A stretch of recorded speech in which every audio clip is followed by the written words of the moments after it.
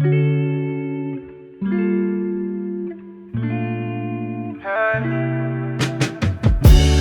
me, I'll learn you. Diversity, teach me, I teach you like university. Freedom be. Hi, I'm Judy Blair, and I am an anti-racism consultant specializing in working with white folks. And I'm also part of the team at Diversity. And I'm excited to be bringing you this video series. In this series, we're taking a look at 15 different aspects of white supremacy culture. Now, when I use the words white supremacy in this context, I am not talking about white supremacists, Proud Boys, white nationalists. I am talking about white supremacy as an idea, that whiteness is the ideal. It is the norm. It is the default. It is what is assumed in our society. The 15 aspects that we're discussing in this video series come from a list published in 1999 by Tema Okun, an anti-racist trainer and activist. The list itself is the culmination of work by multiple people, including Tema, but also Kenneth Jones, Daniel Buford, James Williams, Sharon Martinez, and others. Over the past 2 decades, this list has served as a useful framework for recognizing, disrupting, and dismantling white supremacy in our day-to-day lives. I want to be really clear here. The values and norms this video series is addressing are not exclusive to Western white culture. They're not inherently bad or good. They are just often invisible ways of being that are part of our socialization. If we want to create a more just and equitable world, we have to interrogate these values when we notice them coming up, checking to see if an alternate way of being might provide better, more equitable results. A word of caution, too. These norms should not be taken as a checklist of behaviors to eliminate, with the alternatives enshrined as the cure for all that ails us. Critical analysis and weighing of these norms when they crop up is vital. There is no shortcut to uprooting white supremacy.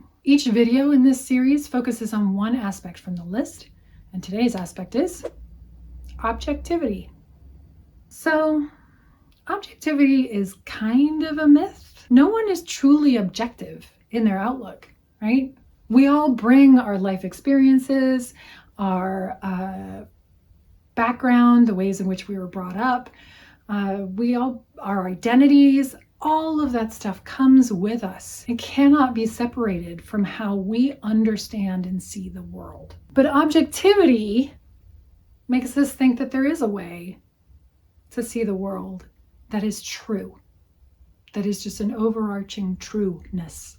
And what that often leads to is an invalidation of other viewpoints. If someone's experience doesn't match yours, what does that mean for objectivity?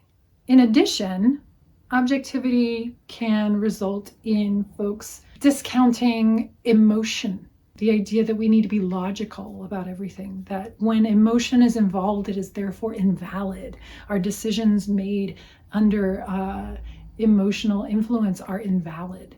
And that's just not true. Emotions are a part of us.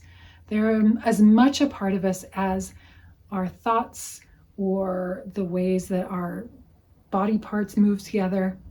They're here. And so what we have to do is realize that everyone is bringing their own stuff to the table, and that's fine. It's not a problem.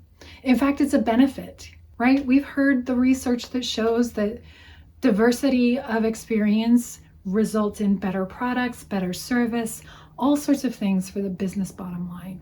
But also it just enriches our lives. That diversity of experience makes us more interesting people, more empathetic, more open, and more able to understand what other people are doing and saying and why they may be doing and saying the things that they are. So if you're seeing something being presented as an objective viewpoint, take a moment and ask, is it? I mean, maybe it is, but ask the question. Learn me, I'll learn you. Diversity,